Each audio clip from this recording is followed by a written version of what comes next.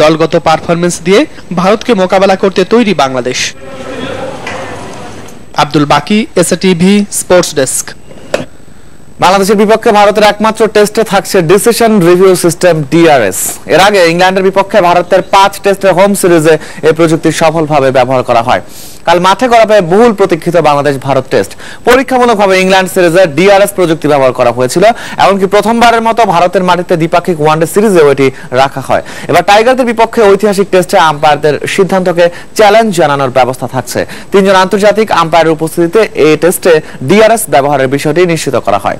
মাঠের আম্পায়ারিং এর দায়িত্বে থাকবেন 2016 সালের বর্ষসেরা আম্পায়ারের খেতাব ডেভিড শেফার্ড ট্রফি জয়ী দক্ষিণ আফ্রিকার মারাইস এরাসমাস ও নিউজিল্যান্ডের ক্রিস জেফানি।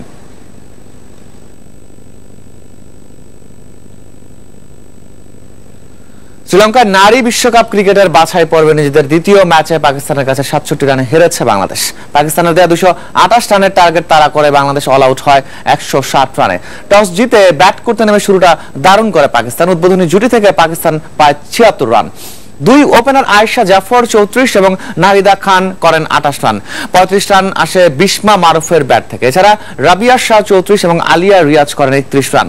বল হাতে অধিনায়ক রোমান আহমেদ নেন 3 উইকেট। জবাবে ব্যাট হাতে সতর্ক থাকলেও পাকিস্তান বোলারদের সামনে পেরে ওঠেনি বাংলাদেশ। নিগার সুলতানার 41 এবং সঞ্জিদা ইসলামের 34 রান বলার মতো। বাংলাদেশের 7 ব্যাটসম্যানই পাননি 2 অঙ্কের দেখা। বাংলাদেশ অল আউট হয় শেষ ওভারে। 3 উইকেট পান গোলাম ফাতেমা। শুক্রবার নিজেদের তৃতীয় ম্যাচে বাংলাদেশের প্রতিপক্ষ স্কটল্যান্ড।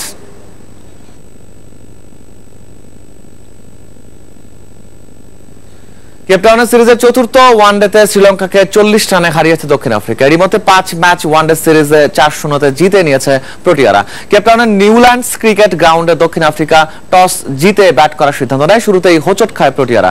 লঙ্কান বোলার লেহেরু কুমারা দলীয় 3 রানে তুলে নেন হাশিম আমলার উইকেট। এরপরেই আরেক ওপেনার ডিককের সাথে ডুপ্লেসিস যোগ করেন 100 রান।